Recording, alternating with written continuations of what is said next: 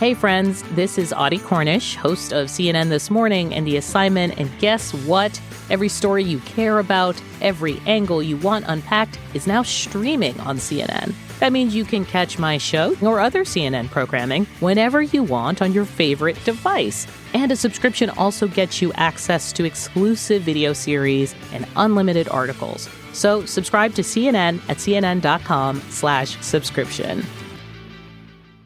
Once upon a mundane morning, Barb's day got busy without warning. A realtor in need of an open house sign. No, 50 of them, and designed before 9. My head hurts. Any mighty tools to help with his plight?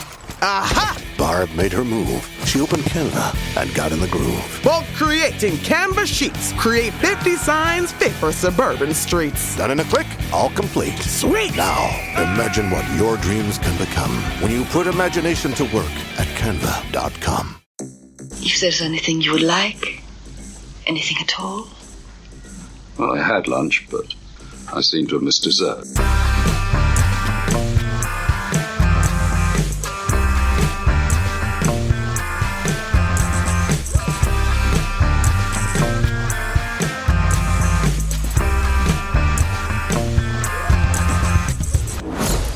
Hello and welcome to Unequal Sequel. My name is Dave and I'm one of the two hosts of this tasteless podcast. And I'm Rich and I'm the other host of this tasteless podcast. You can think of me as the alien to Dave's predator because it doesn't matter who wins, you all lose. That's actually a smart one. The premise of Unequal Sequel is very simple. We ask our guests their best ever sequel, worst ever sequel, and finally their dream sequel. And sometimes we'll drift off and talk about other things. Sometimes movies, sometimes just life in general. And sometimes we do drop big fat spoilers, and that's totally by accident. And that's on us. Apologies. If that happens, press pause, skip forward, go pluck your nostril hair. It probably needs doing. Because on today's episode, we are joined by George McGhee. George is a wonderful podcaster. You will know him from the Retro Ramble Podcast, where he joins his brother Charlie, and they talk all about movies from their youth. We were excited to sit down with George and chat all things sequels with him. These are George McGhee's Unequal Sequels. Enjoy!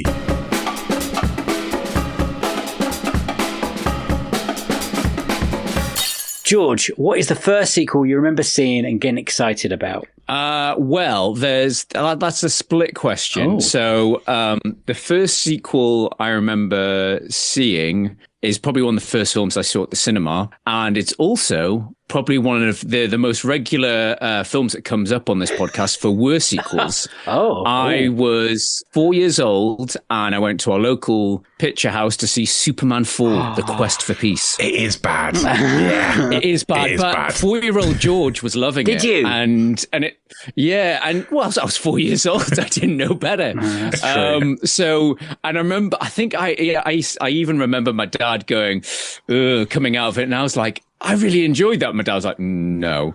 Bless you. Because, yeah, my dad's a big movie buff, and that's why it's sort of impacted on me and my brother Charlie, and it's why we do our movie podcast. But, yes, that was one of my first movie memories. And still, I mean, I'm a big Superman fan, a big Batman fan. But yeah, I still have a soft spot for Superman 4, even though I know it's shit. And it is definitely a sliding scale of like, I mean, I love, the first two are classics. Superman 3, I know, is it you, Rich, that has a soft spot for that? Yeah, I like Superman 3. I'm the only one, so it's fine. Yeah. I mean, no, it has good bits. It obviously has the bit at the end that traumatized an entire generation with the scary robot woman. Yes. But yes, the fourth one is pretty terrible, even though you've got Gene Hackman back. I mean, that's probably the only saving grace in that movie. Hey, the bad guy can grow his fingernails. That's menacing. Yeah, and he's dubbed over by Gene Hackman. I only found out that years later that Nuclear Man's voice is actually Gene Hackman. It? And they've just dropped his voice a little bit. Oh, I didn't know that. Holy shit. There are so many weird things about that movie. Like Metropolis. And there's the whole Milton Keynes thing. Metropolis is Milton Keynes. I love that. We live not far from Milton Keynes, and I distinctly remember watching that movie going, that's the bus station. It's supposed to be the United Nations. Does that mean when you came out of it when you were 4-year-old and you loved it, you went, can we go again? And did your dad let you go again?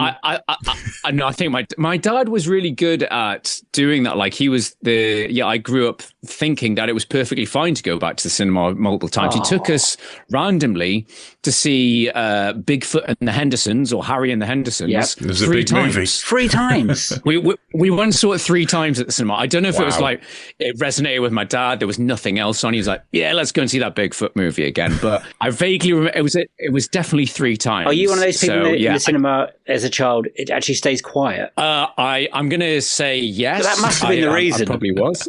Yeah, exactly. It's sort of like, well, yeah, there you go. Cinema etiquette from early age. So, I think I only saw Superman 4 the once. But yeah, my first 2 cinema memories, they're both canon movies, because the other one is Masters of the Universe. Oh, now that's a great movie.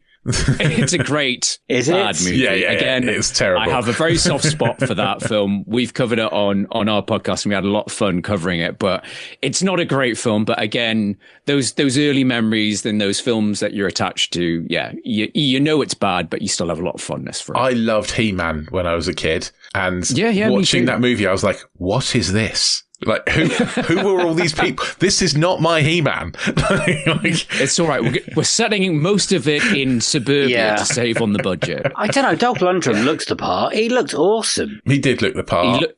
He looks the part, and that's. And there's some good. There's a little bit of good production design that's mainly ripping off Star Wars, but I haven't watched that since I was What is all this cosmic key bollocks? Like, what's it's a synthesizer. They were big in the 80s.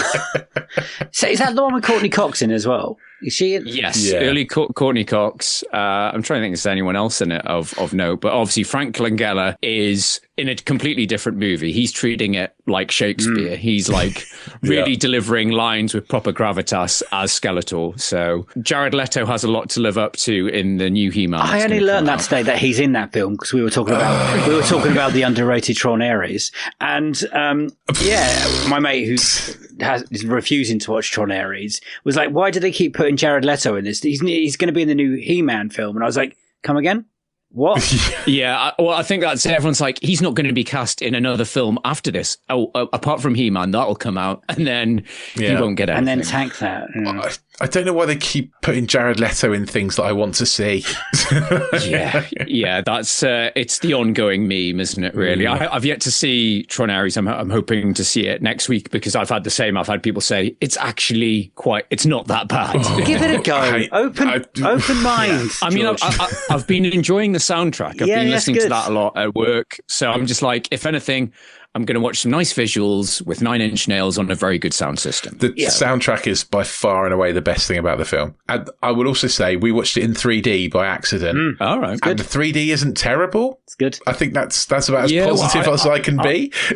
I've got a 3D projector at home, and one of the 3D Blu-rays I've got is Tron Legacy, because it is really good. Because the clever thing in that is it's the opening is in 2D, but then when they jump into the world of Tron, then it all goes 3D. I've got Jumper. So it's quite a nice in 3D. Can I come around your house and watch it? Because I've always wanted to watch it in 3D. Sure, I haven't seen that in ages. It's great. Let's go for it. Let's go for it, Dave. The old He-Man, Master of the Universe, did they try and set up a sequel to that? Because there's the Skeletor or something pops out at the end or something like that. Yeah, I think it's one of the first post-credit sequences. They filmed Frank Langella, a Skeletor, popping up out of a pit or something saying, "I'm back." Wow. But yeah, I hope that's and on the list. I'm sure there's something like there's some story that canon, they were going to do a Masters of the Universe sequel, and they were going to make Spider-Man. They'd somehow gotten their hands on Spider-Man, and then they ran out of money completely. But they were going to film them back to back, and they'd started building sets, and they had costumes, and they were like, let's just make something else. What can we do? And they made, one of Jean-Claude Van Damme's first films, Cyborg. I remember Cyborg, yes. Oh, yeah. Yeah, so that is using the sets and costumes from the abandoned Spider-Man and Masters of the Universe movie. Oh, okay. Because they're like, we've spent the 10 grand or something we had for these 2 movies. What can we do? And Cyborg was written over a weekend. And yeah, they made that movie instead. Because that Masters of the Universe movie made no money, right? That it was have you seen? There's a great show on Netflix, The Toys That Made Us. Yes, yeah. And they talk about that the He-Man toy bubble had burst, like I think the year before the film. So whilst the film was in production, the He-Man toys just tanked. They were bringing out it was just diminishing returns. Transformers was massive by then. 87, the film came out, and the toy phase had just died basically. So by the time the film came out, everyone had moved on, as you say, probably to Transformers and G.I. Joe, Mask. That was Mask was good. Yeah, I don't even know how to film with that. Yeah. Is it also Superman 4 is the film that bankrupt Canon as well? Is that? Yeah. So we're in a circle here of films you like. So basically, Superman 4 and Masters of the Universe came out 87, same year, and because they poured all this money in, like, we're big players now. We've got Superman, we've got He-Man. They put more of their budget they would normally do, and they both tanked. Yeah, I think it was the nail in the coffin, and they petered out like a year or so later. What a year for you, though, and then probably looking forward to the sequels. Yeah, but then I was treated to my other sort of memories. Probably skipped a year or so, but I remember going to see Last Crusade. Summer of '89 was a great summer for cinema because you had Ghostbusters 2, Last Crusade, and obviously it was the summer of Batman '89 or Batman, Tim Burton's Batman, which I was obsessed with and still am, arguably. So yeah, I remember seeing a trailer for Batman when I was watching Last Crusade, and I was really confused as like 5-6 years old. I was like, who's this evil guy with the weird eyebrows and what's he got to do with Batman? Oh no, that's just Michael Keaton. I couldn't distinguish between the two sort of thing. I was like, there's Batman and then there's this weird evil looking guy. That's Michael Keaton with his weird eyebrows. So, that's Bruce Wayne. Yeah, that's Bruce Wayne. So is that your, how old were you in 89? Was that your cinematic awakening? Because that was early for a lot of people. That was, I would have been 6. So I didn't actually get to see Batman at the cinema because it was the first 12 in the UK. Was it? So it was. So I had to wait until good old VHS. So at least probably a year back then, wasn't it? It was a long time for. Yeah. I did see it in the cinema, and it came out in '89. Did you say? Yeah. So I was only 8. So I don't know how I got to see it, but I definitely saw it in the cinema. Were you a giant at that age? No offense, Rich. No, I'm 6'6", so I am quite large. But you haven't always been. I haven't always been 6'6". No, I don't think I was particularly giant at that age. My dad just must have like stuck popcorn in front of my face and led me in. Yeah, like they didn't really care that much then. If you were with your parents, they didn't care if you like tried to get in the cinema or not. Yeah, pretty much. No one cared. No, I think my dad did try, but yeah, I think I was just too young at that. Yeah. It must have been different in America because I was listening to I'm reading the Tarantino book, and his mum just takes him to all the violent movies when he's underage. Well, yeah, that's how he got into it. With R and is it the PG-13? Yeah, so as long as you're accompanied by an adult, it's fine. Well, it did him all right then. So yeah, it's. He turned out fine, yeah. George, you must be right in the middle of mine and Dave's ages, I think. So, like, we've got a nice spectrum of ages there. I was born 85, so I wouldn't have seen Batman in 89. That would have been too early for me.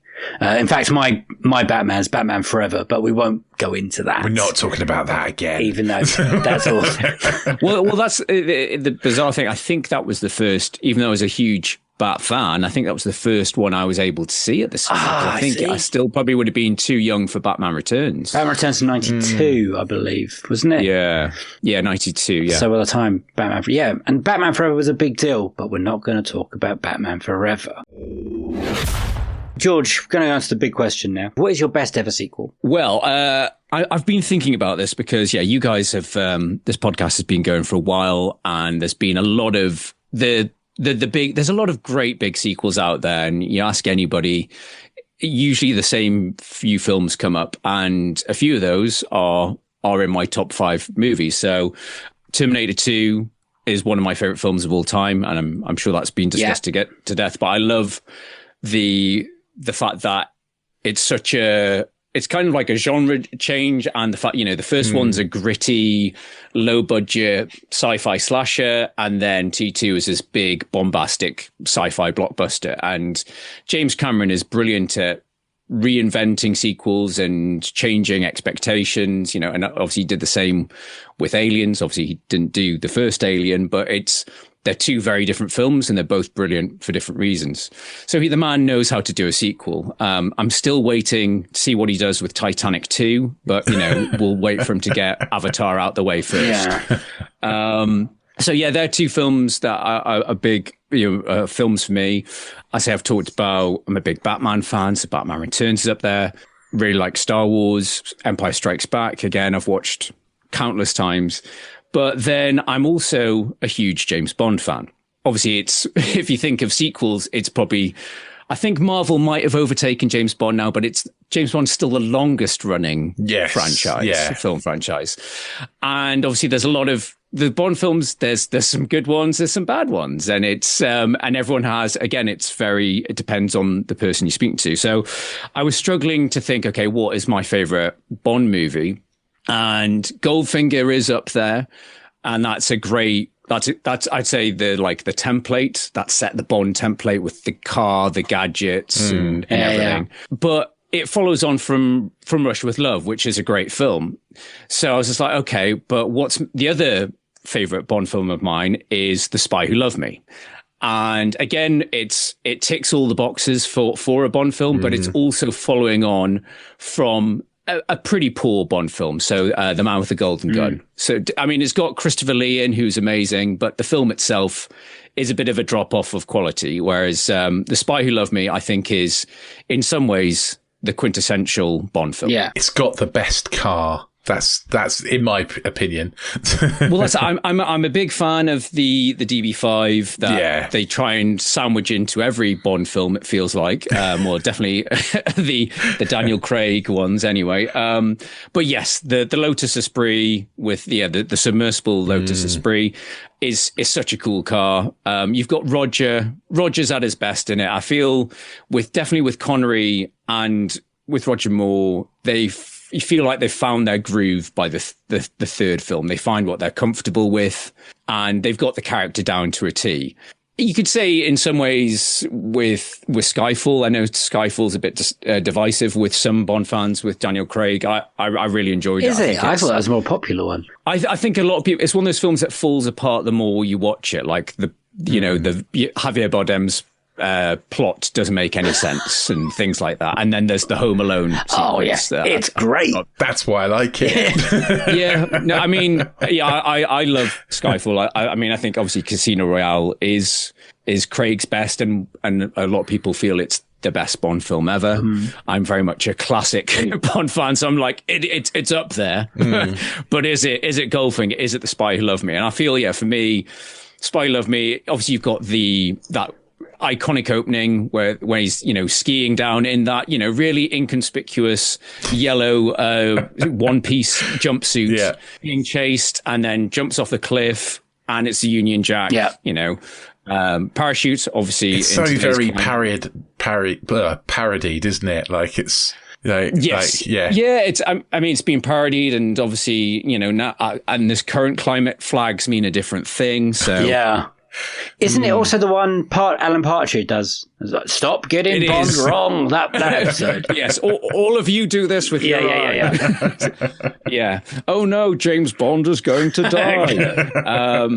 So it's a great opening, and then you've obviously got one of the best henchmen. You've got Jaws. Arguably, it is a bit of a remake of You Only Live Twice. So in You Only Live Twice, they've got the device that's capturing, I think, space shuttles. And in this, it's a tanker that swallows submarines, and they're both playing, the superpowers against each other. But I love the scope, the scale of it. There's just so much there. I love it's got a bit of because it was made in, I think, 1977. So it's got a disco infused soundtrack. They do a disco. It's very disco, isn't it? On the Bond theme. Yeah. I think even Roger Moore's wearing flares in the gun barrel sequence. It's that sort of, pinnacle of the 70s. Yeah. Absolutely. And it's got Barbara Bach in it as well, or Mrs. Ringo Starr. Mrs. Ringo, yes, Mrs. Ringo Starr, the lovely Barbara Bach. And she's, I think a lot of the Bond girls were sort of love interests sort of prior to that, where she feels, for most of the film, she feels like an equal to Bond until obviously the end. Yeah. for plot reasons, she needs to be rescued. But yeah, the villain in it is it Kurt Jürgens? He's Carl Stromberg or something. Yeah. He's got webbed hands or something. That's his classic Bond deformity. They all need to have some sort of deformity or disability. But apparently it was originally going to be, I think it was going to be Blofeld. They were going to bring him back, but there's a whole long-running rights issue with Blofeld and Spectre that it was in and out of courts for years, and that's why they did the weird remake with Sean Connery, Never Say Never Again. Yeah. That's a rogue Bond film, but now they've got the rights back, and that's why they did Spectre with Daniel Craig. It's a very long, convoluted story, but yeah, originally it was going to be Blofeld, but they've like, oh, quick, we need to rewrite this villain. Oh, let's give him webbed hands. He feels very Blofeld with a shark instead of a cat, right? Yeah, he's got it. That's it. It's a bit Austin Powers. He's got that shark, the booby trap to drop his, minions into. And instead of an underground layer, it's an underwater layer. Underwater layer. I don't know if you've got kids, George, but I did watch it thinking that looks very much like the Octopod from Octonauts. Yeah, I remember watching this as a kid and actually being terrified of Jaws. There's some sort of slightly horror-esque moments in it, and then there's a bit where Jaws takes out a great white. I'm like, well, if he can do that, it's just like, okay, I'm scared. I'm terrified of sharks. So. The shark doesn't bite him; he bites the shark. I just feel like, I say, it's quintessential Bond. It ticks all the right boxes. There's a few. Obviously you've seen it done elsewhere. I say like You Only Live Twice and things like that. But I just feel it's Roger's best, and then sadly they got a bit too confident and then tried to chase Star Wars and did Moonraker afterwards. It's not a good one, that one. It's one of the worst, in my opinion. But for me, it's my sort of it's almost like a hangover movie. A lot of the Bond films are, where you're feeling a bit rubbish and you just need something comforting on. I'll stick on a Bond movie. We have to dig down where the Bond love come from. So is this from your dad? Like, what age were you starting to watch all of these? Because obviously in 77 you weren't around yet, so it must have. Was it the ITV Sunday afternoons, tea time? Yeah, so I remember rushing back from school. I must have been like first year of school. So 5 or something like that. And A View to a Kill had premiered on ITV. And I think my brother and sister had stayed up the night before to watch it, but it had been recorded so I could watch it when I got back from VHS, the good old days. And I rushed back to watch it. And again, a bit like Superman 4, my sort of young brain wasn't questioning, why is this old man perving on this young lung? Why is he running around? That poor old man, that poor Roger Moore. You can see moments in that film when he hurts his knees. Like, you can see he jumps down. He's like, I find it wild that they got rid of Sean Connery, who was 2 years younger than Roger Moore. They got rid of Sean Connery because he's too old, and then brought in Roger Moore, who's 2 years older. I think the thing is they kept, like, after, I think it was pretty much after Spy Who Loved Me, every other every film afterwards are like, we've got to find a new Bond. and I think he was just on a rolling contract. He's like, well, I'm available. And it was just sort of like, they were like, oh no, it was sort of like, oh, well, we could try it with new actor, but what if it's a box office flop? People, know Roger and they love Roger. And they were doing well. To the point they were doing well. They were doing well, but it got to the point with A View to a Kill where I think it was even halfway through, Roger was like, yeah, I'm clearly too old for this. I think it's when he noticed the girls he was making out with were like the same age as his daughter and stuff. And he was like... Yes. I think it was, the actress in it, what's she called? I can't remember, but he was the same age as her mother. That was it. And it was just like, oh dear. Yeah. time to retire. Time to step away. And he did 7 of them, Roger Moore. So it's not like, every time I count who did what, I'm amazed that I think he did the most. But maybe now from Craig, and just to go back to your point, Rich, it took me years, like, to discover that he was actually older than Sean Connery. It was like, oh, well, he looks youngish. It's fine. He's got more hair than Connery. Yeah. So when people say that's so-and-so's my Bond, is Roger Moore your Bond? I would say so, but we recently covered on our podcast, we did The Living Daylights, which again is a bit of I suppose it's a niche. A lot of people forget about Paul Timothy Dalton. Everyone remembers Roger Moore, and everyone remembers Pierce Brosnan.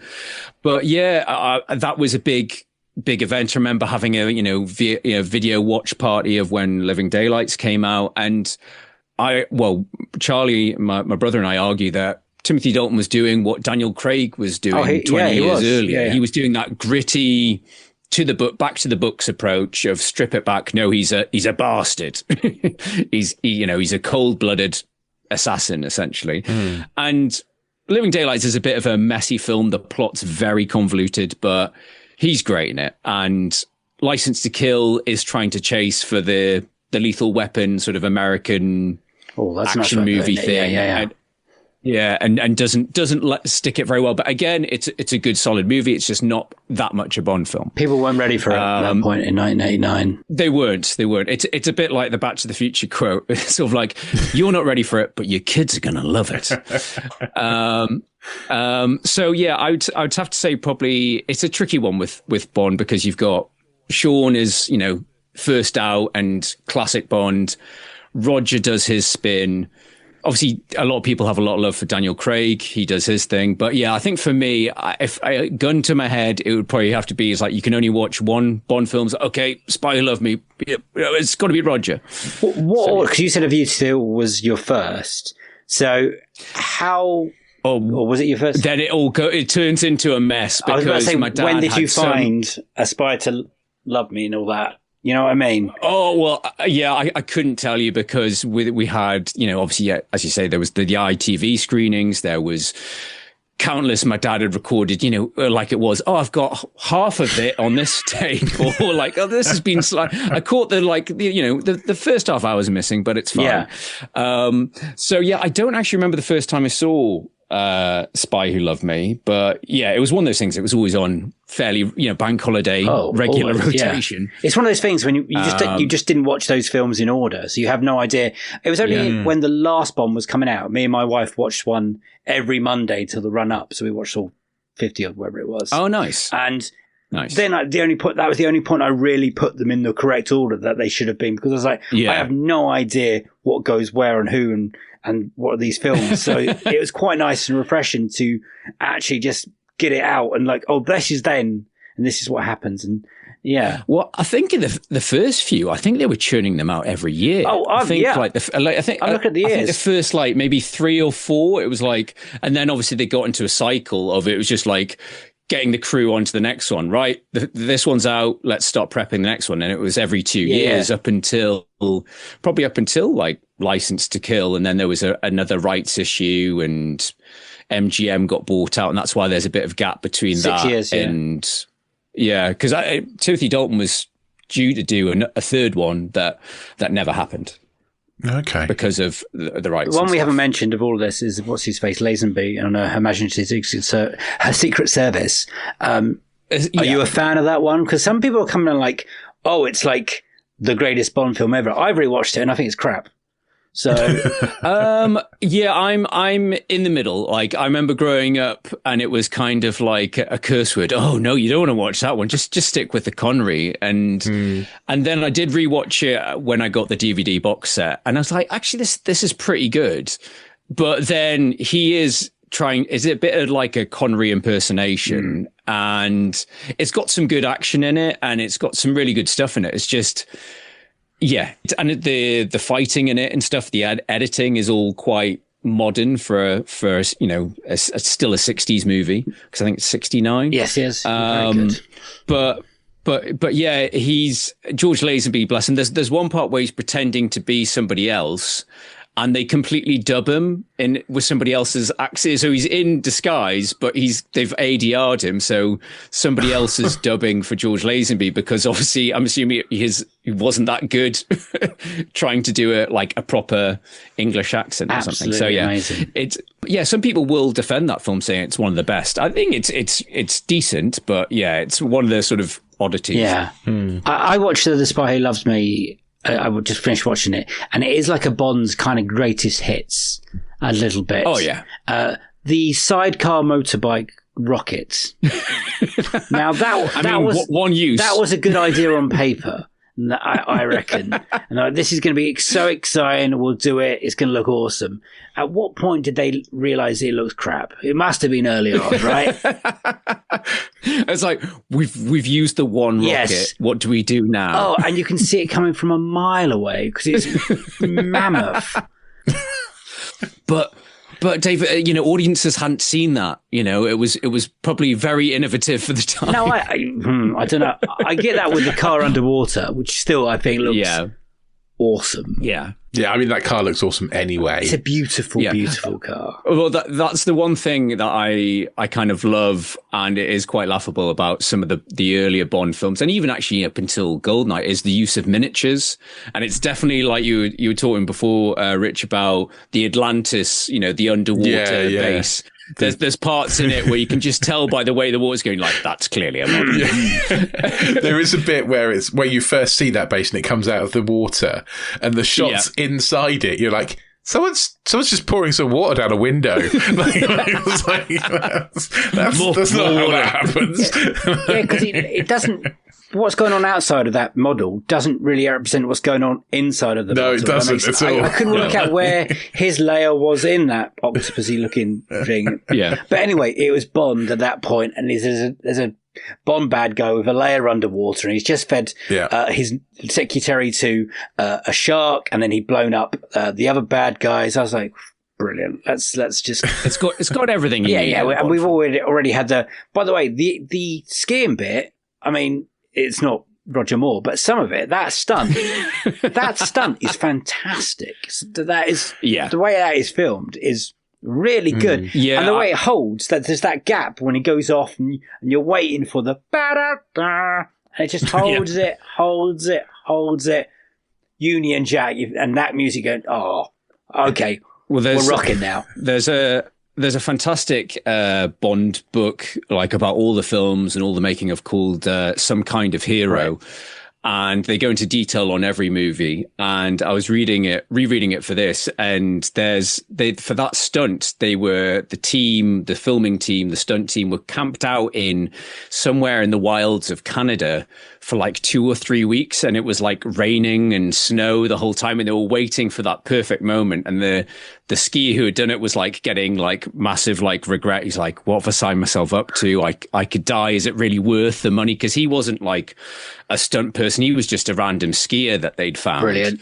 That had done it like once before. He'd done a base jump and they'd seen his photograph. And then they had this magic window of about an hour, and they're like, right, it's clear sky, go, go, go. And they got it. And the way he jumped off, he went past the helicopter or something. So they missed the master shot. So the shot you actually see in the movie is one of the backup cameras. But they were like, that's good enough. That's good enough. It is quite shaky, isn't it? Like, you watch it, it's quite a shaky cam, kind of, yeah. Oh, I love that. It is a great stunt. I love that. Yeah, it was one of those, like, just a tiny window, right, go. And then as soon as he'd landed, snow came back in, and they were like, just leave the kit up there, leave the like camera rigs. We've got it. We've got to get the film and let's get out of here. Did that kind of bring in a new template for a Bond beginning that it has to be something extraordinary?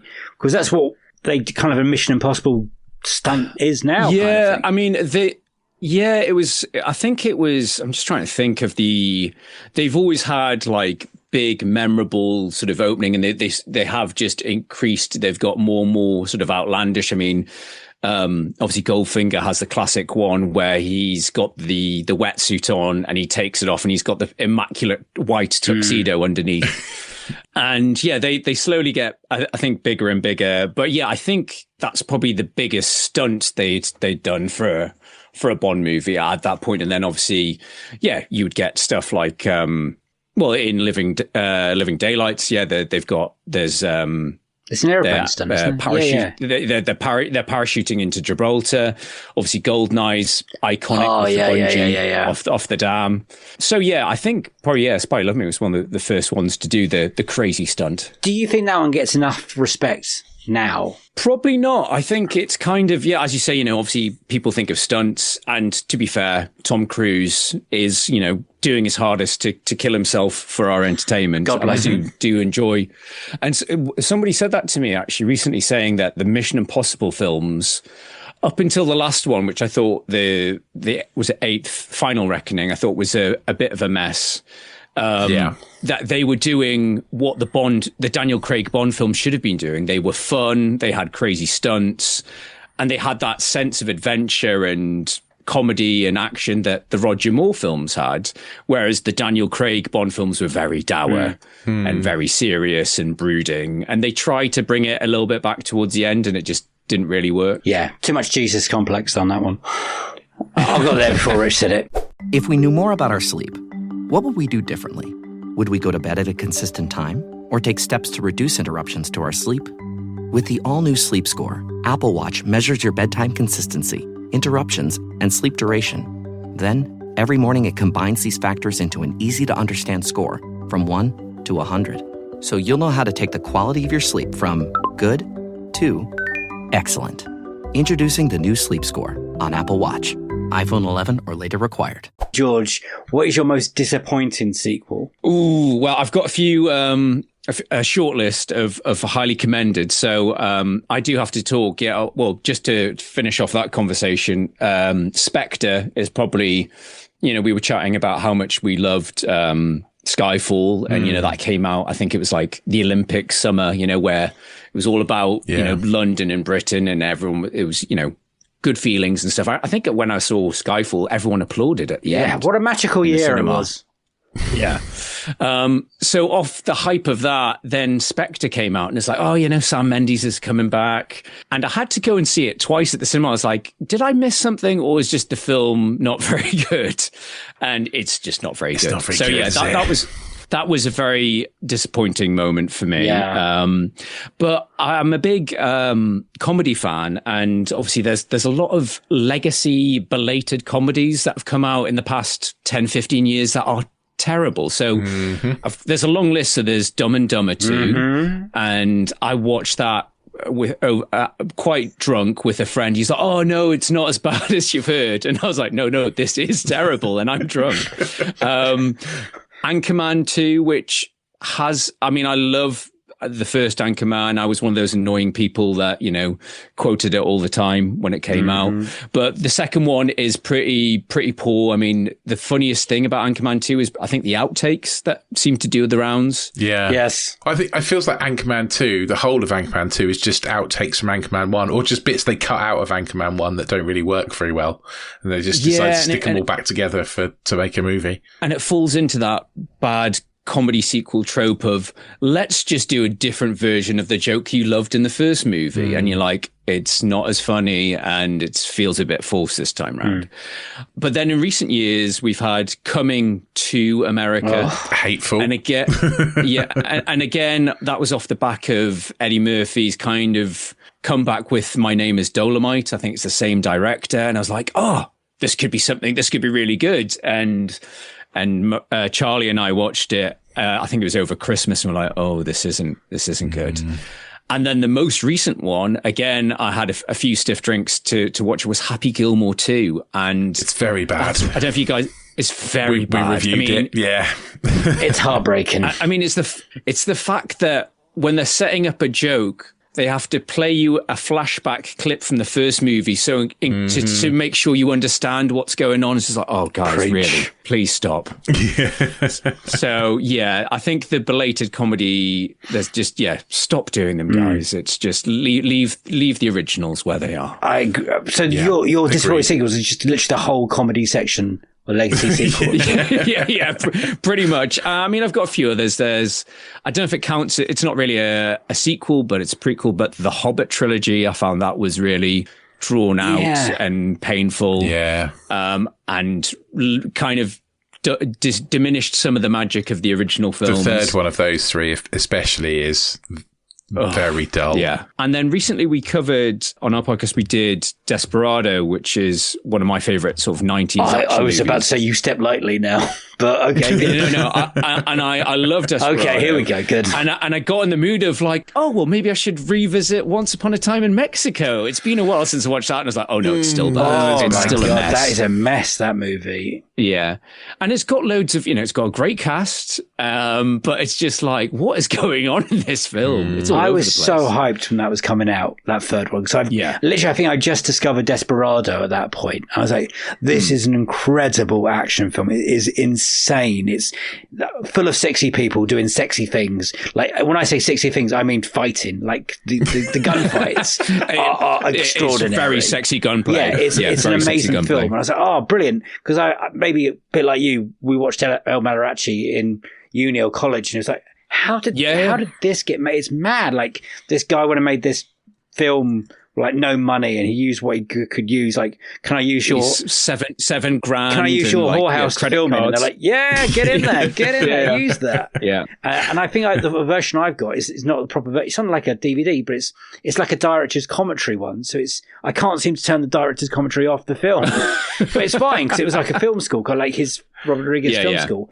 And then the second one, it's not really connected to the first one. They try loosely, but it's basically a remake. It's like an Evil Dead 2 to Evil Dead kind of thing. Yeah, absolutely. And then that Once Upon a Time in, it's such a drop. It's a real shame. Yeah, that's when Johnny Depp was hot though, and as in star power. And well, that's it. The film's more interested in Johnny Depp than it is Antonio Banderas, and it fridges Salma Hayek as well. It's like, guys, you've got these two of the sexiest people in the world. I mean, obviously Johnny Depp is no slouch, and especially like at that time as well, he's a good-looking man. Yeah. But still, these are why people have come to watch the movie. I can't even remember the storyline of the first. It's like an uprising, a revolution. Yeah, William Dafoe's there's an in evil general. Not being very William Dafoe was doing Southern Mexican brownface. Yeah, that was a weird one. Yeah. Oh, yeah, that's not good. It doesn't really get spoken about That's much. not good. As that one. No. Yeah, I can see. Rich, you've seen that, right? I've seen it. Yeah, I think I watched it with you, I think. Yeah, because I had the box set, I think. I was excited. Yeah. I was like, I've got the box set. But yeah, the third one rarely gets an outing. Once in a while, I think, is it as bad as I remember it to be? Well, that's what I did, like hot off the back of, Desperado's so good. The third one can't be as bad as I remember. Oh, no, it massively is. Okay, so that's your most disappointing one, right? Yeah. Okay, good. What a ride. There's a few there, I'm sorry. That's good. I warned you there was a long list. Yeah, because Desperado is amazing. When did you find Desperado? Because that's always, it's like a word of mouth movie. It seems, you know what I mean. It was on VHS randomly. I don't know if it was the same time we were watching. We were in America watching Lost in Space, but I remember watching it on VHS in America, like on a ski trip, and my dad made us turn it off because I think I was like, I don't know, 11 or 12, and there's that bit where he pins the guy down, he's got the two guns, and shoots him in the neck, and the blood just explodes on Banderas' face. And Dad's like, no, this is too violent. I'm turning it off. Yeah. So then I had to wait maybe another 6 months until I could watch it with my mates. Secretly. I wasn't around. And then I remember having it on Sky. So I had it on fairly regular rotation from an early age. I think I found it when I was going through my Tarantino era, and they're like, oh, Tarantino's in this. Yeah. I was like, oh, doing okay? But I didn't watch El Mariachi until I was at uni. Me similar too. to what you were saying. Yeah. Until I had, because I think it's quite hard to get, to be honest, until they release it on DVD. Yeah. So, absolutely. It's Robert Rodriguez has got a checkered career. Very bizarre career. Weird career. Up and down. There's some great movies, and then he's kind of like, it feels like he's happy doing his own thing. He's got his own studio in Austin. Troublemaker. Churning out Spy Kids, and he did something on Netflix recently that I've had to watch with my kids, which is pretty awful. Is it We Can Be Heroes? Oh, I haven't had to watch that, luckily. It's randomly, it's got it's got Pedro Pascal. Well, obviously he's in everything. Christian Slater, I think Boyd I have Holbrook. seen that. Yeah, it's a kid's sort of superhero type thing, but it's just... I've watched that with my son. Yeah, I remember the parents are superheroes and they get kidnapped and the kids have to save them. Yeah. Isn't that just Spy Kids? Yeah. Yeah, but Pretty these much, kids have it's got Spy Kids, superhero powers. Yeah. The kids have got... But it's pretty much the same thing. Okay. Yeah, pretty much. And with the same sort of ropey, cartoony CGI. Yes. Yeah, very much. Yeah. I'm so thankful no one's ever brought them up.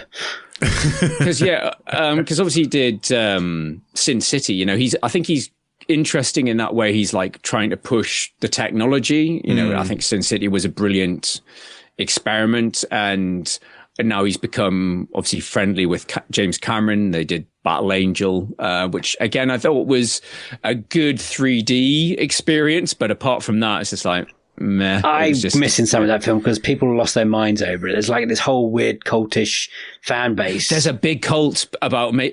Has anyone brought it up? No, for luckily sequels? not. Because there is a cult online that seems to be like, make a sequel. They are angry about it as well. Yeah. It's a bit much. George, I'm looking forward to this. what is your worst ever sequel? Worst ever. So again, you guys have had a lot of worst sequels up there. I do have to give a shout out to Highlander 2 because it's definitely up there. It's bad. In terms of how bad you can get a sequel and how bad you can mess up the original one, and just everything about that film is terrible.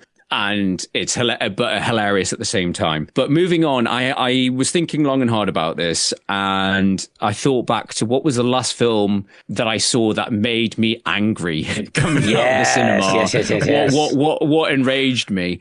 And it wasn't that long ago. Well, I suppose it is a bit now, but it is Shane Black's The Predator. So I think that's 2018. Yeah. I hadn't seen this until 2 days ago.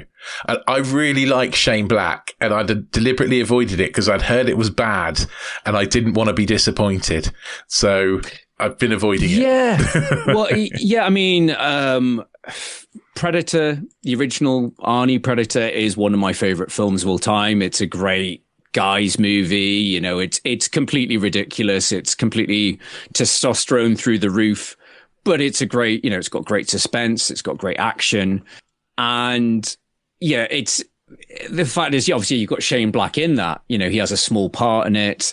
And the Predator movies, they are a little bit of a sliding scale. I mean, I think Predator 2's fine. It's a good movie. It has good bits in it, and they tried to do something different. It's mad. It is crazy. It's mad. And then you have Predators, which is produced by Rodriguez. Yeah, I think he was going to direct it, and then he did something else. Probably did another Spy Kids or something. But Predators is kind of a weird one. It's a bit of a remake of Predator, but with more people on an alien planet. And it's got a very miscast Adrian Brody trying to be tough guy. And it just, again, it's okay. But then I was thinking, well, when they announced that Shane Black was bringing back Predator, and obviously by this point he'd done Kiss Kiss Bang Bang and The Nice Guys, and let's not forget all the amazing scripts he's written over the years of Lethal Weapon, Long Kiss Goodnight, Last Boy Scout, all those things. Like, well, Shane Black can do. He's the man that's going to save Predator. Oh, how wrong! Oh, no. How wrong! So it's just like. It's just a mess, this film, and that witty sort of trademark dialogue that Shane Black is known for. None of the jokes land, and I don't know if it's got a good cast in it. You've got Boyd Holbrook, who, obviously started off in Narcos and needs to get Pedro Pascal's agent because it doesn't seem to be getting the right roles. But he's a decent actor. You've got Thomas Jane. I'm a big fan of Key and Peele. So Keegan-Michael Key. Yeah. Olivia Munn is great. I've just finished watching Your Friends and Neighbors with John Hamm. She's great in that. And then you've got Sterling K. Brown as the sort of government agent who seems to have some of the best dialogue, and that's sort of damning with faint praise. I think he's miscast massively in this film, that guy. Yeah, I don't think he's such a great actor, and he oozes a charisma that character doesn't work for Sterling K. Brown. It's almost like he can't pull off being a shit because he's such a nice charming guy. Yeah, you're right. Yeah, it's weird, isn't it? The opening's a mess. Like, it starts off, I think, in Mexico, and then all of a sudden, for reasons, it's just full of plot holes that Boyd Holbrook decides to send Predator technology to his house for reasons. Mm-hmm. And then that happens to be near the mental asylum that he's put into. And that's next to where they've captured the Predator. And then a super predator turns up that's even bigger and fully CGI, and he has predator dogs. And it's just like, oh no, what's going on? It also does the thing I hate most, which is autistic savant boy. Well, did you know, Rich, that autism is the next step in evolution? Is it? Someone who doesn't have an autistic child wrote that shit. It really handles autism really badly, and it's also mental issues as well. It makes Thomas Jane's got Tourette's, and that's supposed to be funny, but it just comes across as really bad taste. Mm-hmm. They don't. There's one bit when she feels threatened by Thomas Jane, and if they just explain he's got Tourette's, she'd be like, oh, cool, yeah, he's fine.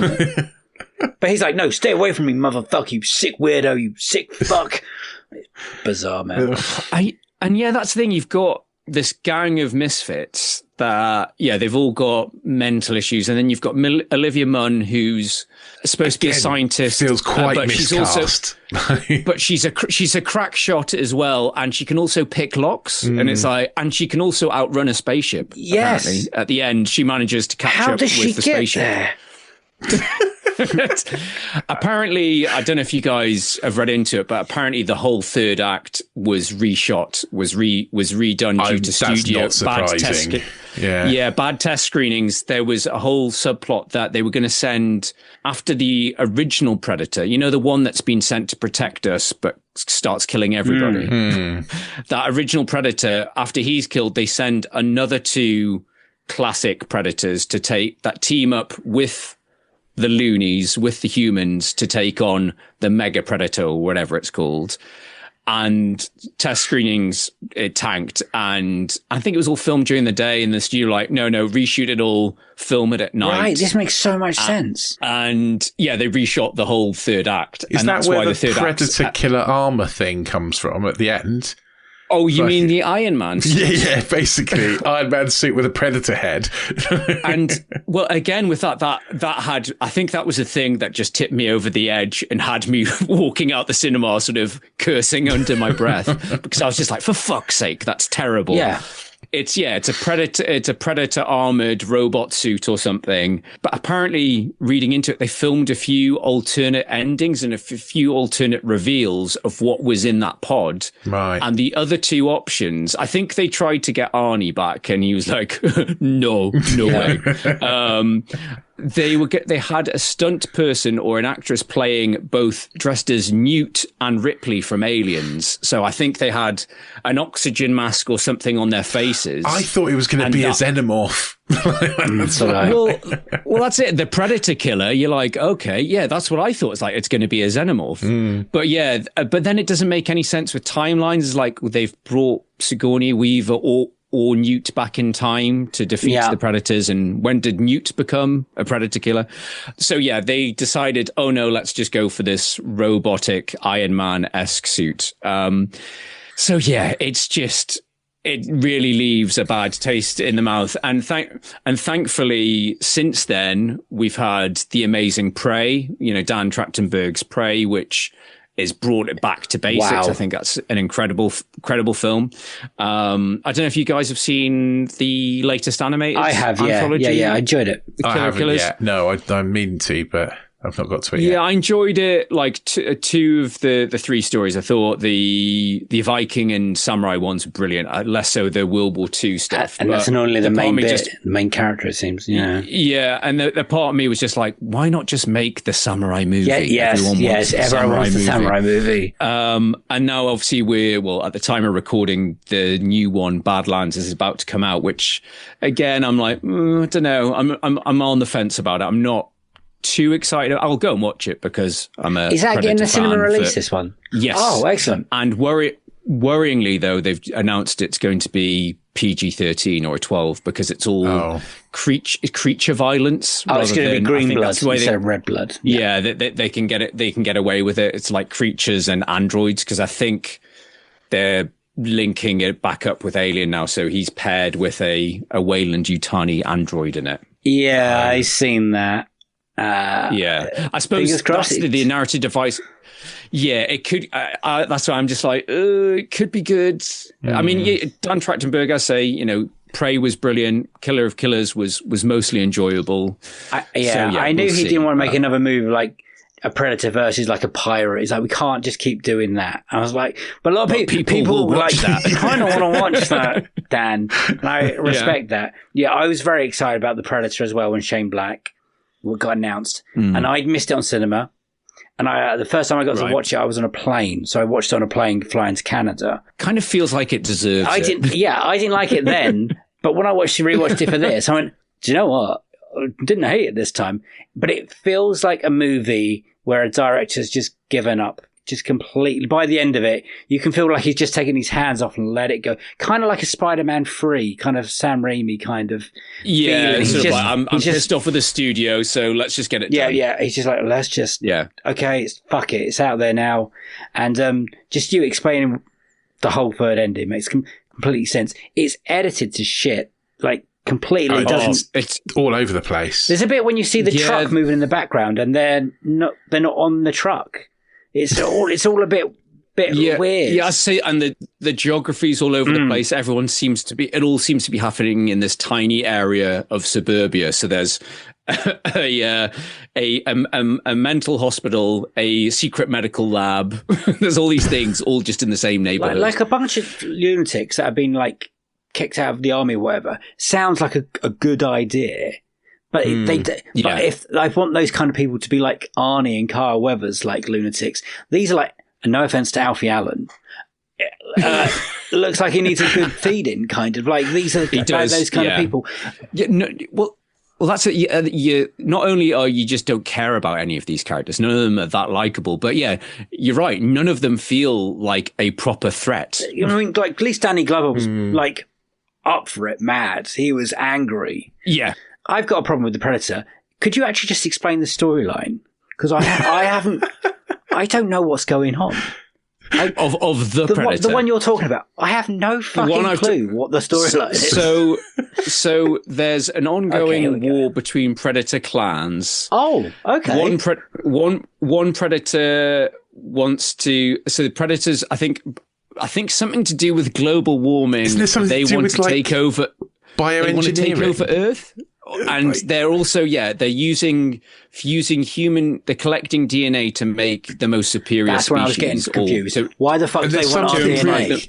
Olivia Munn's to improve themselves. Yeah, Olivia Munn's got some green goo in a test tube at one point, but that just goes away. Like, this is the secret to everything. And they were like, nah, not anymore. Yeah, forget about it. So the Predators continually improving themselves, but there's this one rogue Predator, the one that crash lands at the start, that wants to help the humans. That's why he's brought this Predator killer device. But then, for some reason, kills everyone he encounters until he gets killed by the uber predator that is genetically enhanced. What does Jacob Tremblay have then? The little Game Boy Pocket thing he has. No. Oh. As well as autism, he has, I think it's just like a device that shows where the ship is at, where the predator killer is. Yeah, it's just like a bit of... It's a MacGuffin to get them to the ship. A MacGuffin. Christ. There is also... I've just thought of the word... Sorry. But there's a bit where... that poor little boy says to his dad, "I'm sorry, I'm not who you wanted me to be." And I'm like, fucking get rid of this. Like, or be his dad and put your arm around him and be like, you're exactly what I want you to be. Yeah. And he does, like, and Boyd Holbrook's just like, nah, you're not, but it's all right, isn't it? I'm not who I want to be. Don't worry about it, buddy. Fist bump. Yeah, he's like, I'm not who I want to be. Yeah. I'm like, oh, be his dad. There's also the bit when the Jack and Tremblay makes someone murders another young boy or man, and he just bully. But he was a bully, though. He just shakes it off. Dave, he was a bully. He deserved to be shot with a plasma cannon. He's fine by that. And he blows up half a house. He does, yeah. It's fucking crazy, this movie. Mm. Like you said, the Predator series is a bit of a jumbled mess. It's a bit of a roller coaster. I mean, Predator's good. Predator is it's very good. Free's good ideas. You have the whole you have the whole AVP things, which are pretty awful as well. I'm sure they've come up. Yeah, they've come up. We've had Requiem, we've had to watch that. Yeah, the second one that's filmed in the dark. It's at least that one wasn't like this, I guess. Yeah, I suppose it's a coherent plot. I don't know. It doesn't have a coherent plot either. It does not. No. Oh dear. No. I think I'd rather watch this again than Requiem again. I think I would as well. At least I can kind of see what's happening in it. You can see what's happening. Yeah. Even though this makes no fucking sense either. That boy Holbrook, he is trying his hardest. To keep this shit together. He's trying to be charming. He's trying to be leading man, and bless him. Trying to be hard as well. The biggest roles he's had, I think he's a go-to for James Mangold. So he's turned up as a bad guy in Logan. He's the guy with the like cybernetic arm and that. He's like henchman in that, and then he's also henchman in the last Indiana Jones. Yes, he is. Whatever it was called, Dial of Destiny. Dial of Destiny. So I was going to call it Sundial. That would have been awful name. Yeah. He's kind of been pigeonholed as sort of rent a bad guy, and I think I thought he was great in Narcos, and he's got leading man chops and charisma. It just hasn't had the best pick of project. And recently he's been in TV, isn't he? So he's on the morning show at the moment, the latest series of that, and he was in the Sandman series where he played yes, he was. He played the Corinthian, didn't he? Where he's got teeth for eyes. It's weird. Ooh, yeah. Okay. He eats people's eyes and then he can see what they've seen. He's very freaky. Lovely stuff. I love how this tries to tease another one, though. It really does, doesn't it? I bet, does that come in my size kind of thing, or the Predator suit thing? Mm-hmm. Well, I think that was, as I say, I think that was the thing that pissed me off the most. It's like, you've delivered this absolute shit show of a film and you're trying to get us say, hey, and we can do more. It was like Independence Day 2. That's how this one ended as well. I haven't watched Resurgence because I've heard it's so bad. Well, once you do, you can come on and you can go like, hang on. I'll come back especially for you guys. I'll watch it just for you. I want to change my mind. This is worse than this. Yeah. It is, and the Sterling K. Brown character, like I said, does he work for you in this? Like, he's meant to be the bad guy? I thought he was the best thing in it in terms of he seemed to be working the best with Shane Black's dialogue. Oh yeah, probably. Like he had the better lines, even though maybe it ties into what you were saying. Like Shane Black's just like, cut that take will do. It's sort of like that joke didn't really land, but fuck it, let's move on. Sort of type thing. I don't know. It's just that's the thing, I think, and I'm pretty sure The Nice Guys has come up on this podcast as Dream sequel. That film totally should have had a sequel. I love the Nice Guys. I think it's brilliant. And Kiss Kiss Bang Bang as well. And Iron Man 3 as well. I think people that's a bit controversial with the plot twists, but I still think it's a great movie. So it's just bizarre how much he dropped the ball. And this one did damage to his career a little bit, or even his confidence. Maybe. He's just had a film come out recently on Play Dirty, Amazon with Mark Wahlberg, who I'm not a fan of. It's a Parker film, if that means anything to you. Yes, it's the Point Blank, isn't it? Is the one of the first. There's been a few of them out and there's there. A Jason Statham one called Parker. Well? Yeah, it's got Jennifer Lopez in it. It's not. It's not good. Yeah, but someone said to me this one's okay. It's perfect. It's like an okay action movie. I'm like, well, if I've got nothing else to watch, if he said, I always have.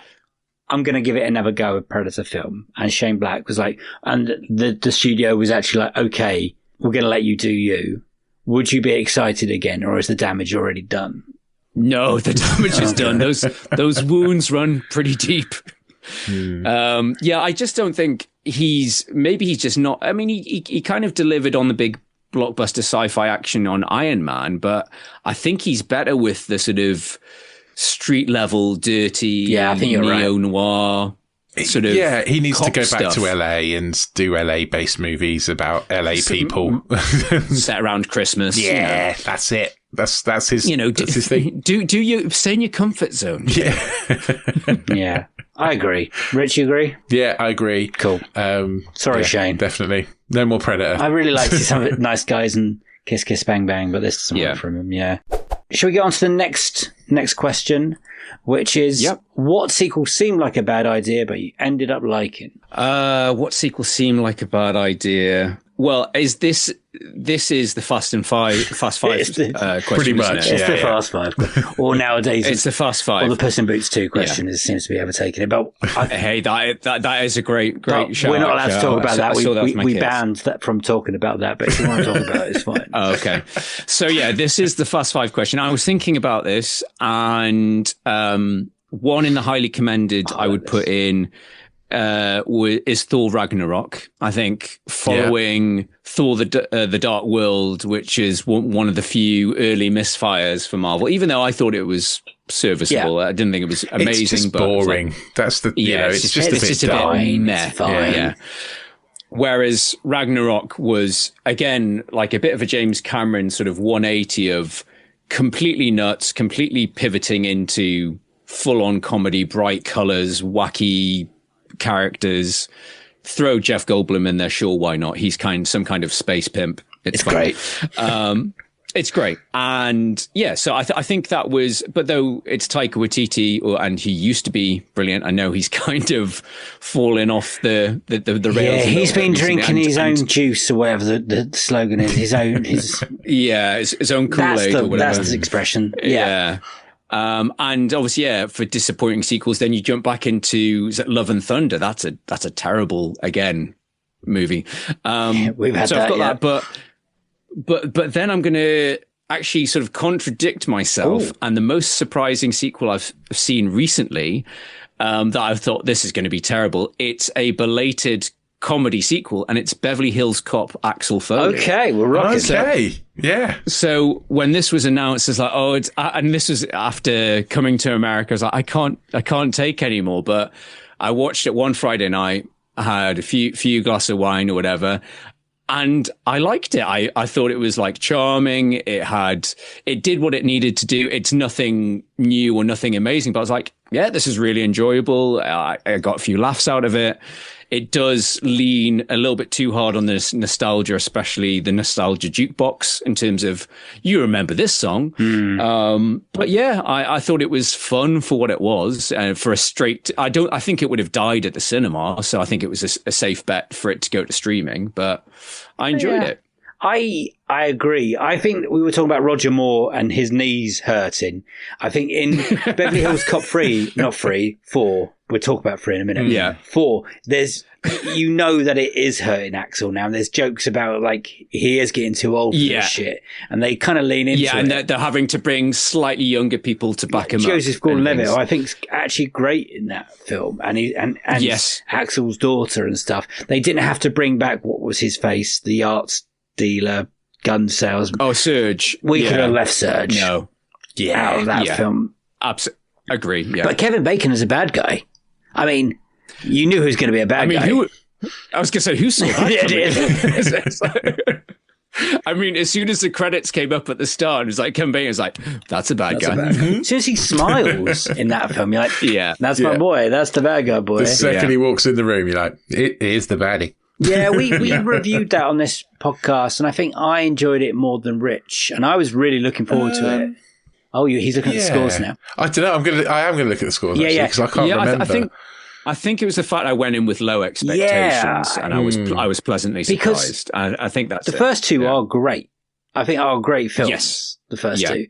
The third one is fucking shocking. Like, it's really, really I haven't bad. watched the third one in 25 years or something. I watched the first two fairly regularly because I think some people are a bit sniffy about the second one because it's a bit of a rehash, but it's a Tony Scott film, and so it's got some amazing action in it. And it looks fantastic. But yeah, I think because it's so generally reviled and seen as a bad movie, I haven't gone back and tortured myself to watch the third one. But yeah, I know it's put me off actually buying the box set. I think I have the first two on DVD. Yeah. And it's all like, no, that'll do. That'll do. We both gave Axel F exactly the same score. Did we? Dave. What did we give it? We did. Yeah, 4.5. Out of 7. That's a recommendation for us. That is a recommendation. Oh, well, yeah. I'd agree with that. I mean, what's the 7? Where does that come from? It's unequal. Nice. Okay. And we just wanted to mess with like Rotten Tomatoes algorithms. Yeah. So yeah, I would, if I was rating out at 7, that's probably what I would give as well. Yeah. There's a film recently we've reviewed, and I can't remember what it is. Hang on. It's on our Another Slice ones. What's it? Oh, yeah. Crocodile Dundee in Los Angeles. That is... I haven't seen that. That is literally Beverly Hills Cop 3. Right. Because, yeah, there's obviously... There's 3 Crocodile Dundees, right? You haven't watched enough bad films yet. No.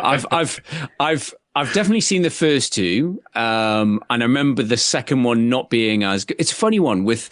I don't know, because, yeah, we're all of similar age, but growing up, there was that... I don't know, it was the same for you guys, but when you were growing up as a kid or like tweens, sort of early teens, there was that, because it was a sequel or because it was newer, it automatically made it better. It's sort of like, have you seen this film? Yeah, but I've seen the more recent one and it's better. And it's sort of like, that's not always the case. But it was like, as a sort of childhood thing, it was a competitive thing of, but you've got to, but Lethal Weapon, but there's Lethal Weapon 2 and that's so much better. And it's like, with that Crocodile Dundee one, like I was the same as you. I thought, the second one's not very good. And then we went back and watched it again. I was like, all the funny good bits I remember from the first one are all in the second one.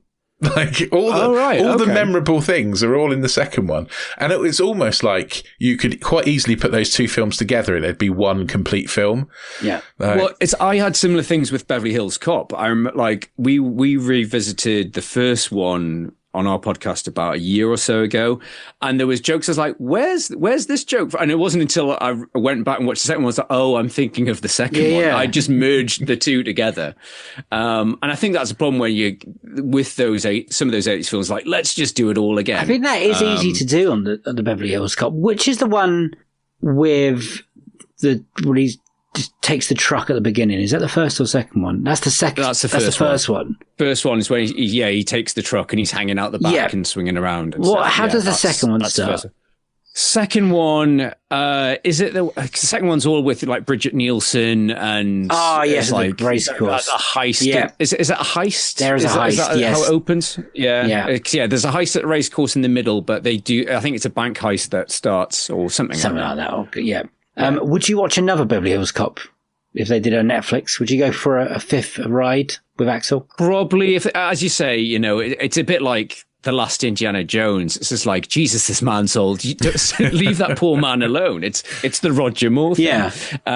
So yeah, I probably would watch it, especially, I thought, Joseph Gordon-Levitt was great in it. If it was the same sort of guy, I was like, yeah, I might watch another one. But like, again, it's sort of low expectations. I don't think it's needed. Yeah, I think they kind of got away with it, that fourth one. Yeah. Because it was around a certain time when lots of other bad things were happening of legacy sequels. And it was nice that it went to Netflix, I guess. So like you said, it didn't have that kind of box office pressure. And I rated it quite well on Netflix, like viewing wise.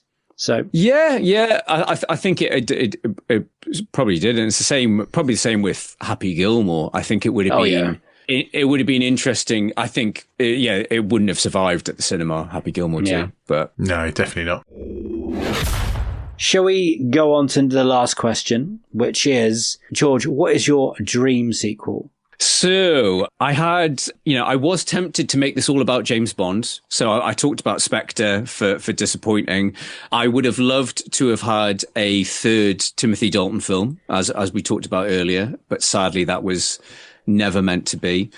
There's also, for highly commended, we covered Total Recall on our podcast a few years ago. And I read up on all the aborted attempts to make a sequel to Total Recall.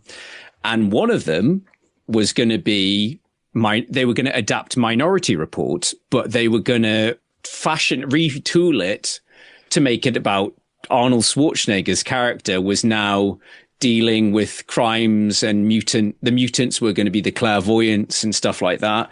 So at one point it was going to that was going to be Minority Report was almost a Total Recall sequel. Wow. That's interesting. And then there's another random script. There's a great book. I think it's David Hughes' Tales from Development Hell.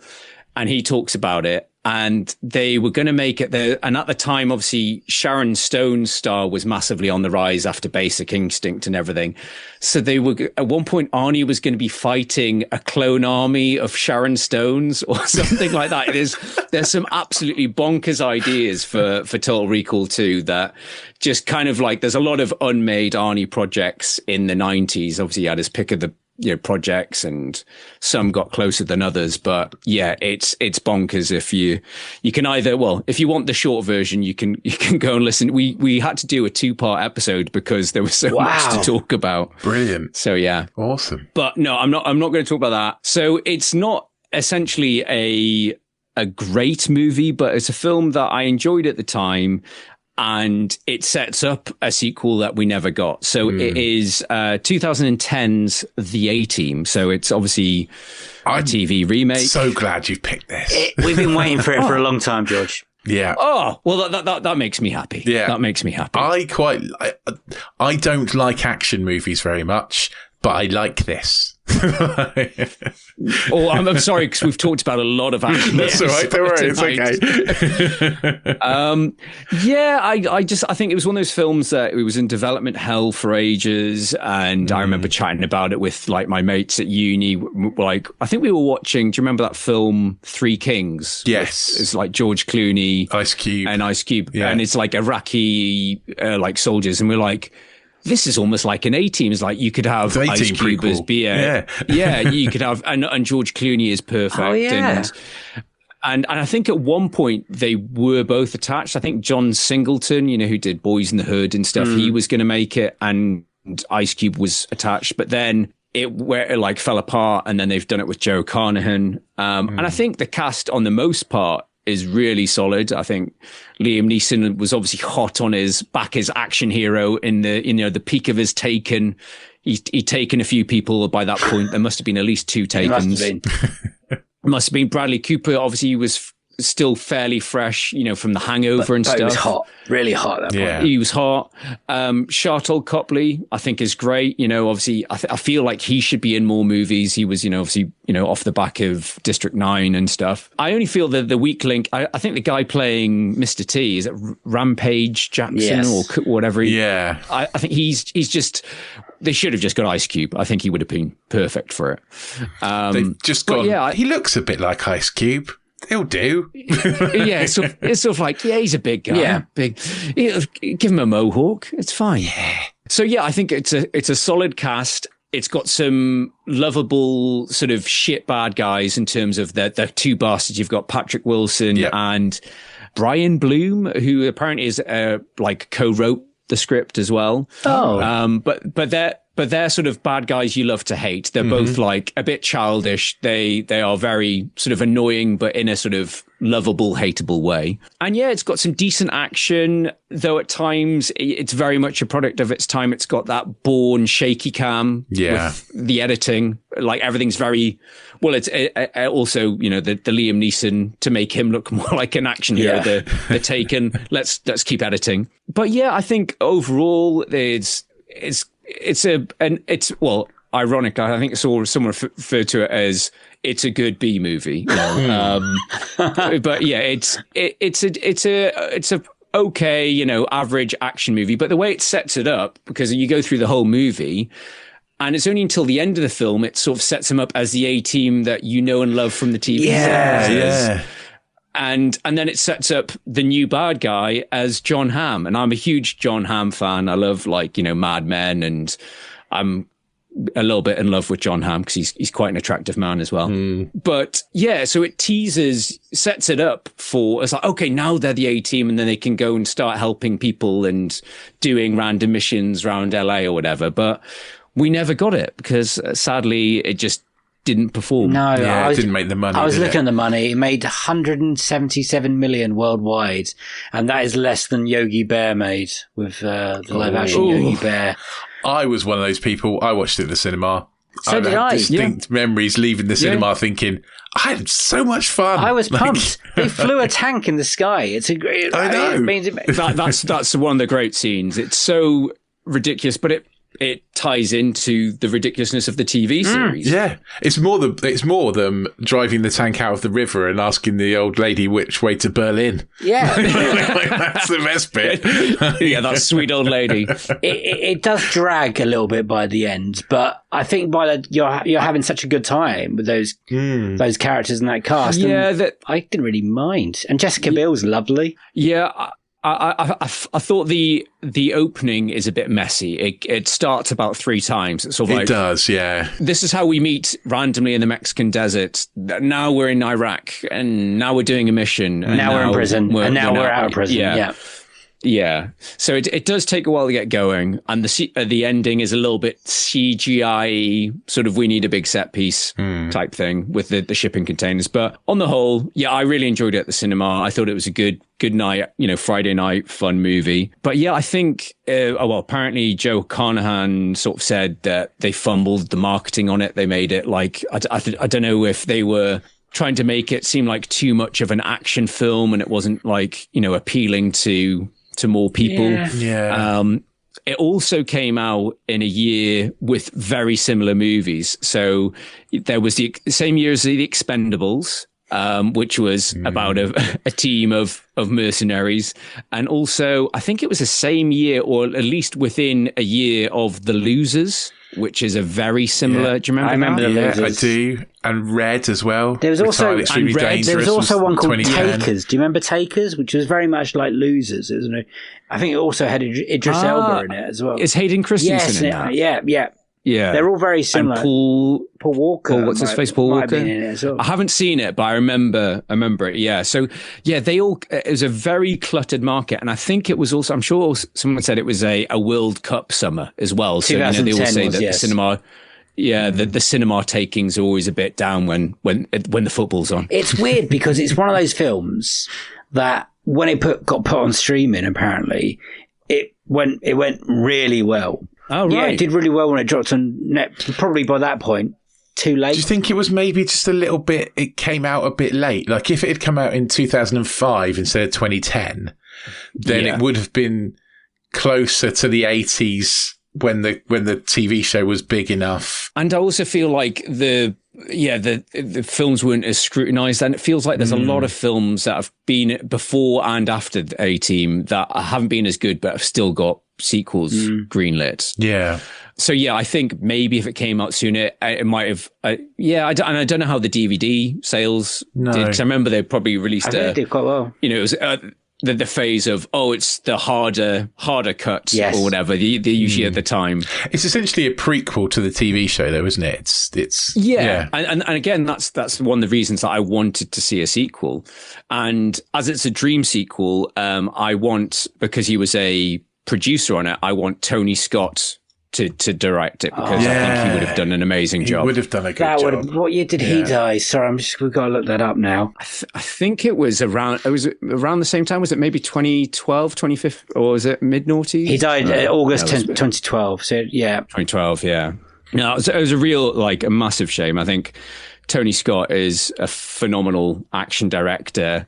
And just, in terms of editing, it wasn't that recently, but I've revisited Man on Fire. Great film. One of his last great films. And yes, the editing is all over the place, and you've got the subtitles, and it's very much a noughties film, but it's still a great film, and it's still very, he was very unique in that way. I think I absolutely agree with you. The one that makes me think Tony Scott can direct anything and make it exciting is Unstoppable. He makes that film absolutely gripping. So the train It's the train Denzel, which eventually they do stop.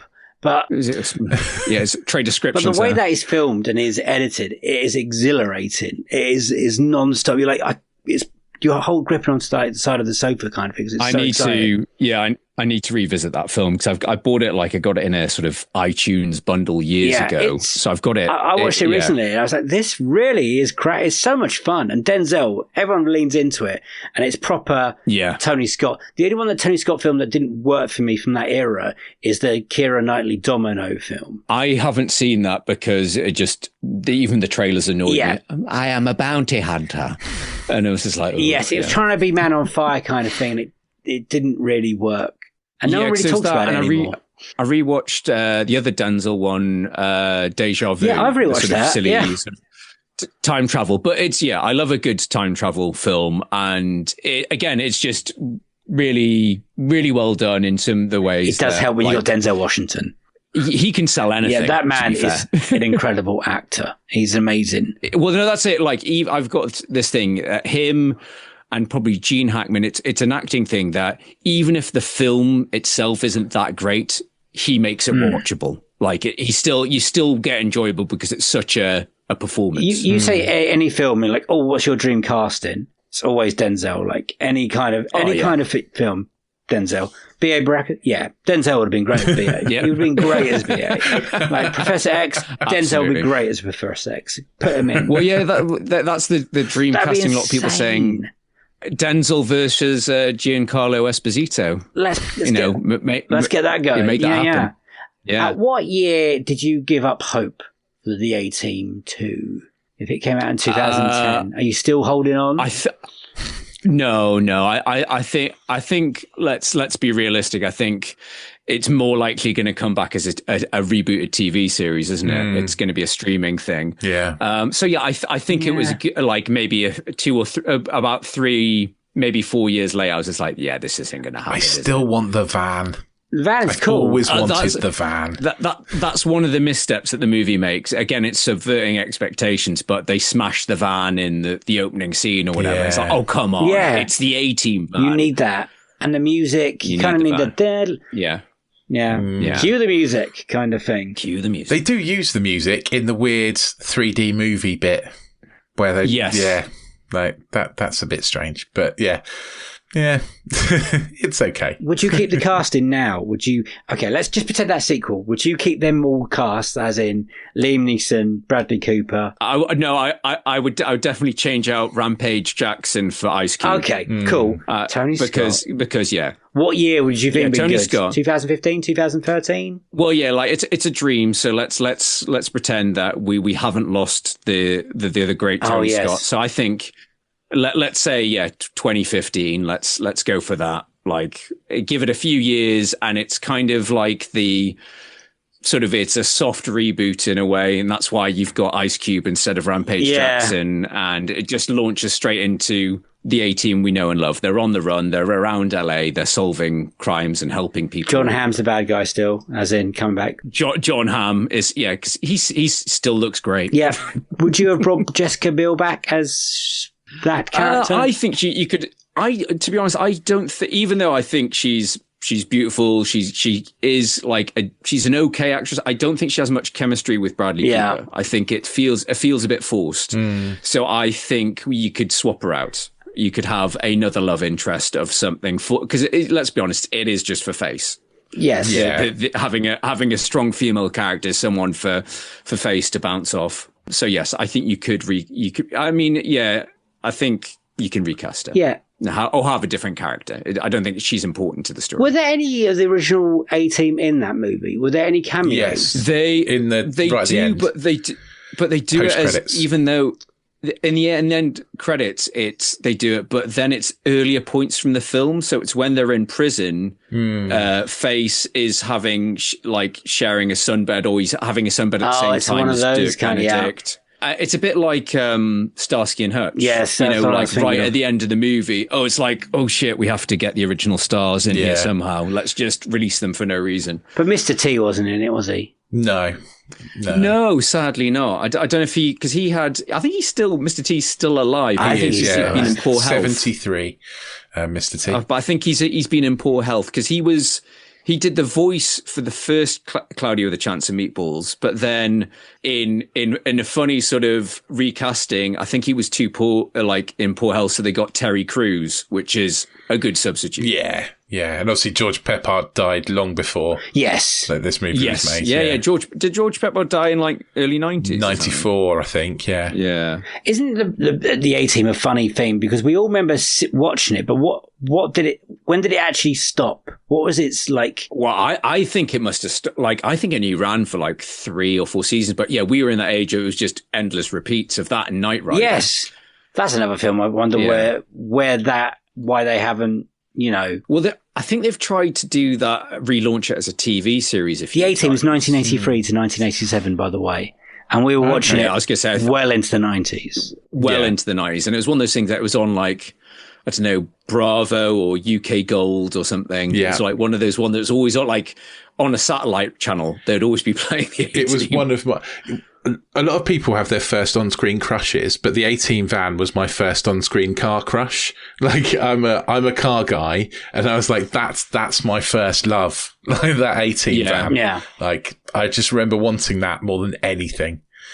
Well, I've got a bit of a Lego collection. I've got a few here. I've got the Aston Martin from Living Daylights with the skis. Oh, cool. Nice. And I've got the DB5 and I've got some Batmobiles, but I would like to complete my collection, the A-Team van, and they've just released a smaller version of the DeLorean. I think Lego comes out in a few months. So Rich has got a lot of Lego as well. Yeah, I've got Ecto 1 and the DeLorean and the DB5. Oh, nice. The big. No, DeLorean. the little. I've got the very first one that came out. It was a very little DeLorean, and I've also got the James Bond DB5. The big one? No, again, the little one.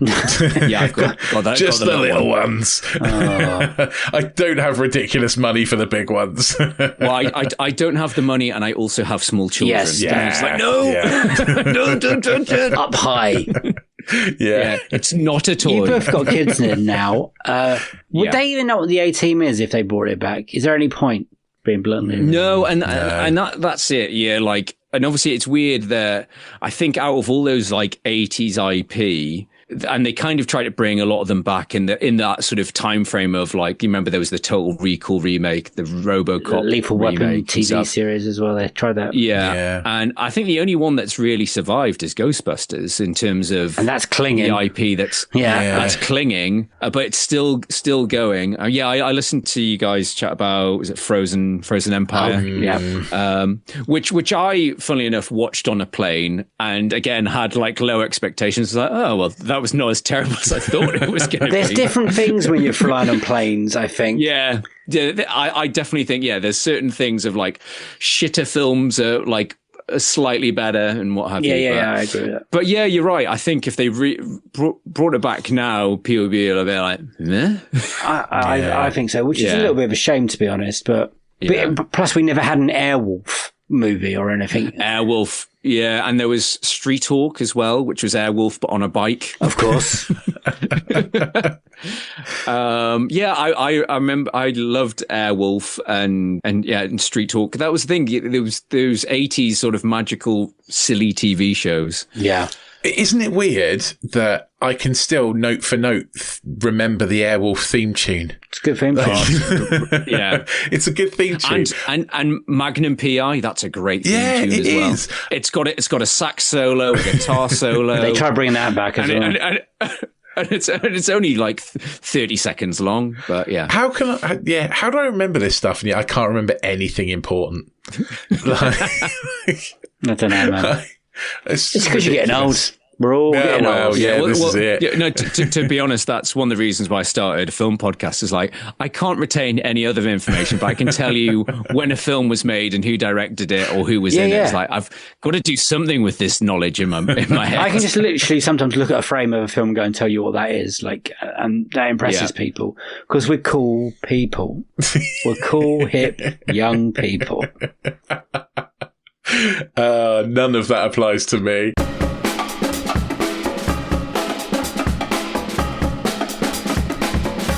Those were George McGhee's Unequal Sequels. What a lovely, lovely episode. I really enjoyed that one. Great picks. great guy. Yeah. Great chap. Wonderful all round. Yes. Genuinely Are you happy just with wonderful. his picks? Am I happy with his picks? Yes. All new ones. All Yes. fresh picks. They are new ones that I've... So, The Spy Who Loved Me, not been picked before. I don't think we've really had a Bond before, have we? It's our first Bond. Do you know what? I think that's our first Bond. You know what? I think it might. That's mad, isn't it? Yeah. I think that's our first Bond. That's incredible. We do know I'm not a Bond guy, but in terms of like a Bond movie, that is a quintessential Bond movie, right? Like, it's one of the better ones. It could be Roger Moore's best one. If we're, potentially. A lot of people say Live and Let Die, but The Spy Who Loved Me has got some of those iconic Bond moments. Like, it's got a fantastic beginning, the skiing and the Union Jack. And it's got Jaws in it. Jaws is one of the best baddies. It's got the underwater layer, which is always good. Yeah, the Octopod. It's got the underwater car. Which some people say is when it jumped the shark or wherever it is. No, that's the best car. Everyone loves it. It's a beautiful car. Yeah. It's got the rocket launcher motorbike sidecar thing. Yeah, it's got a lot. It's got a lot of good stuff going for it. The Spy Who Loved Me, and clearly George loves it. It's amazing that no one's picked a Bond because we don't. We tell people franchise films, you can pick them. Yeah. It's fine. They're there to be picked, and. Yeah, that is weird. That's the first one. Not even a worst. It's weird, isn't it? Anyway, The Predator. Talking of worsts. The Predator. I've never seen it before. It's poo. It's not good, is it? No, it's not. It feels like a very unloved movie. Yeah, it's quite bad, isn't it? Yeah, especially that ending. Yeah. I hate that ending. Yeah. The Ultra Predator suit or whatever it is. That sucks. It felt like an ending to Independence Day Resurgence. Like, we're going to take the fight to them now. Yay! Yeah. And then... Get in the bin! And then it never happened. Yeah, and there's some decent people in it, and it's just a waste of good talent, I think. It's a good plot. Good plot. People that have been too crazy for the army, they've been put somewhere else. Yeah, and I mean, that sort of runs into his Dream sequel as well. Like, yes, it does. People deemed too crazy for the army. The A-Team. About time. It is about time, actually, because it really did deserve a sequel. And I'm not a big action movie guy, but I really like that movie. It's fun. I think the cast are great in it, and I think they really make it watchable. Yeah, definitely. The cast are great. They were especially great back then when it was released. And also, I really loved the A-Team, the original A-Team. Like, more than anything, and to this day, more than anything, I want the van. Yes. The problem is, if I had the van now, I'd look like a rapist. You can't drive around in a big black American van in this country without looking weird. It's very murdery. Yeah. Do you know, best not to do it. The van isn't actually all black. It's actually dark grey on the bottom. Or dark grey on the top and black on the bottom. That's a useless bit of knowledge that I don't care about. It looks black and it's got some red trim in. That's all you kind of need to know. Above the red trim is grey. Below the red trim is black. Well, there you go, everyone. Brilliant. What facts. Thank you, George, for picking those 3 wonderful sequels for us to watch. If you want to hear more from George, go listen to Retro Ramble, which he does with his brother Charlie. And they basically look back on the TV shows and movies from their youth, the ones that mean a lot to them. And it's very fun. It's very listenable. Yeah. They've got a very good camaraderie. It's like a warm hug. It's like someone giving you a cup of tea, wrapping you a blanket, and then giving you a cuddle. Yeah. It's really nice. Because they got lovely podcast voices, yeah. like us. Well. So if you like movies and you like your retro stuff and you like those movies from the 80s, 90s, then go listen to Retro Ramble. It's definitely worth putting in your ears. Yes, absolutely. Yes. Definitely worth doing that. Do you know what else is worth putting in your ears? All the extra bits that you get, the sequel sessions to George's podcast. That's worth putting in your ears. And you can only find it in one place. And that's anotherslice.com/unequal sequel, where you just pay $2.99 a month. Yeah, you heard me right. $2.99 a month. No inflation here. Inflation's running at 4%, but not for you guys. Still $2.99 a month. Jesus. Get yourself over there. You'll get an extra bit of every interview episode, which we call the sequel sessions. You'll also get a whole new podcast called Disenfranchised and a whole new podcast called Box Set Mentality. And we've just started a new box set. It's the Dirty Harry box set, suggested by one of our super special slicers. So, if you become a super special slicer over on otherslice.com, you can suggest what we do next. You can give us things to do, but also, probably after Christmas now, you can get yourself on hands on some exclusive merch. Exclusive. Yeah, that's what we all like. Let us know what you thought of George's picks. Get yourself onto the social medias. We are at Unequal Sequel on all of those things. You can also leave us a comment on Spotify or on YouTube if that's how you listen. Or you can send us an email. We are unequalsequel@hotmail.com. Please do get in touch. We love reading out your emails in our end of month roundup. And we love to know what you think of other movies. That's it, other than to say, please make sure you rate us 5 stars on Apple Podcasts. Really helps other people find us. But also, if you do really like us and you've already given us a rating, just tell your friends. Tell 3 other people, get them to listen. Force them to listen, I would say. Sit them down, shove headphones on them and make them listen. I don't want to go to prison for that kind of thing, but okay. Would that be illegal? I don't know. Yeah, it probably will be, to be honest, at this point. Thank you, everyone, for getting involved and saying nice things and all that jazz. There was something I just wanted to say. Oh, yes, the exclusive merch will be coming next year. We're at that point of the year when we're on a bit of a runaway mine train. Yes, we are a little bit. Sorry. Christmas is bearing down on us very quickly. Yes, and we have lots of things to do and plan before we get that. But then once the season ends, it will be a bit of a free time for me and Rich. So something to look forward to. We will get merch done then. Yes, we will get merch and we will do other stuff that we plan to do forever. And we will even post merch to Australia. That will happen. That will happen. It is nothing else to say from me. So it's a goodbye from me. Bye-bye. And a goodbye from him. Bye. See you on the next one. See you for this one. Have a great week. Bye-bye.